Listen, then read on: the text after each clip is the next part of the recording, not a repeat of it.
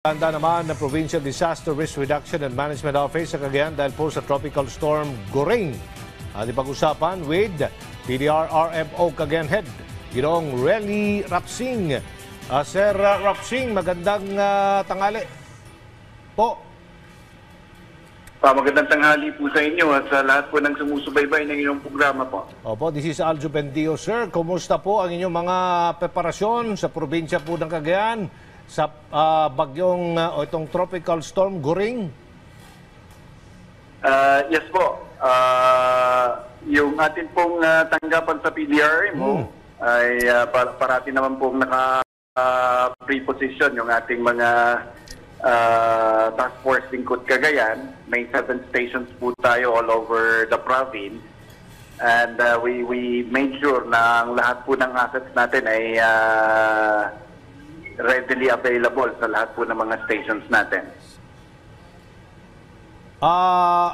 Malaki po ang tsansa daw nitong maging isang super typhoon sa mga susunod na araw, itong si Goring. Ano-ano inyong mga babala sa ating mga kababayan dyan po sa Cagayan tungkol po dito? Yes, most likely yung magiging areas of concern po natin will be the same nung panahon ni Betty at ni Egay, sir. Mga northwestern and northeastern municipalities natin. Ito yung mga coastal municipalities and yung island municipality again ng Calayan.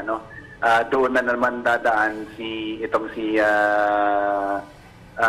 tropical storm Goring, and hopefully hindi siya magtuloy na super typhoon, but we're projecting baka dumaan siya ng mga 30-31. But the alert status so far, inihintay natin yung pre-disaster risk assessment na ipapatawag ng Office of Civil Defense to determine ano yung magiging mga preparations po natin. But somehow ngayon, nagtaas na tayo ng alert level into red alert status. So ang protocols po natin dyan under red alert status, nasa Charlie protocol po tayo sa Oplan listo ng DILG, of which the local chief executives must conduct evacuations na ng mga nasa prone areas talaga, especially nasa coastal barangays natin. Kailangan mailikas na po na ng mga chief executives natin, sir. Sa ngayon po ba, sir, ay may nararanasan na kayo diyang malalakas na pagulan or hangin sa probinsya?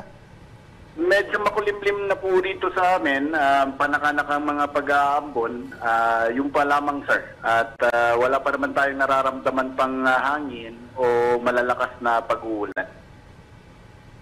Ano po ang inyong mga gagawing hakbang sa pagbugsunan itong bagyong Goring? Habang patuloy ang recovery efforts sa probinsya mula sa nagdaang bagyo at habagat? Ayan nga po, sir. Lahat po ng efforts ng national government agencies, mga international at local NGOs po ay nasa Puga at Calayan ngayon. Kaya yun yung patuloy nating kino-coordinate at pinapa-secure na natin yung mga agencies at mga tanggapan na nagpapatuloy ng kanilang mga relief and recovery efforts doon dito sa paparating na tropical storm na Goring po. And yun nga, hindi na sila pwedeng maglaot dahil mula noong Tuesday nagbawal na ho tayo ng paglalaot dahil may gale warning na tayo sa DOST Pag-asa po.